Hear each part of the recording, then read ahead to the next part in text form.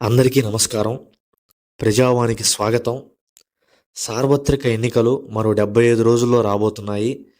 ఇక నుంచి రాష్ట్రంలో ఏ ఇన్సిడెంట్ జరిగినా దాన్ని రాజకీయ కోణంలోనే చూడాల్సినటువంటి అవసరం ఎంతగానో ఉంది.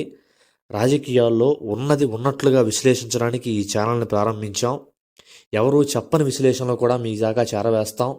దయచేసి సబ్స్క్రైబ్ చేసుకోండి. మీరు గర్వపడేలా విశ్లేషణలు అందిస్తాం. దేశంలోని హిందువులంతా అయోధ్య రామమందిర ప్రతిష్టతో తన్మయత్వంలో ఉన్నారు. అట్టహాసంగా కన్నుల పండుగగా ఆ కార్యక్రమం అయితే జరిగింది. సుమారు 8,000 పైచిలుకు మంది ప్రముఖులకు ఆహ్వానాలు వెళ్ళాయి. వెళ్ళిన వాళ్ళంతా దాదాపుగా హాజరయ్యారు. ఈ విషయం చెప్పగానే ముఖ్యమంత్రి జగన్మోహన్ రెడ్డి గారి గైర్హాజరు అనే ప్రశ్న లేవనెత్తారు. దీనికి సమాధానంగా పలు సోషల్ మీడియాల్లోనూ మెయిన్ స్ట్రీమ్ మీడియాల్లోనూ రకరకాల వార్తలు చక్కర్లు కొడుతున్నాయి. కానీ అసలు విషయం ఏంటంటే వైఎస్ఆర్ కాంగ్రెస్ పార్టీ పునాదులు బలంగా ఉన్నటువంటి ఓట్లు ముస్లిం మైనారిటీ వర్గాలు, అలాగే దళిత క్రిస్టియన్ ఓట్లు.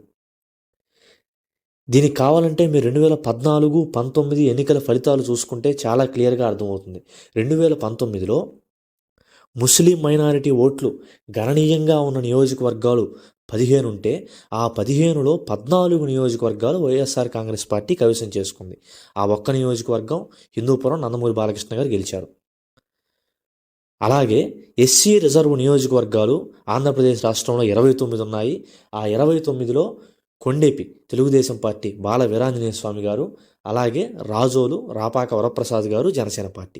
ఈ రెండు మినహా మిగతా 27 నియోజకవర్గాల్లోనూ వైఎస్ఆర్ కాంగ్రెస్ పార్టీ ఘన విజయం సాధించింది.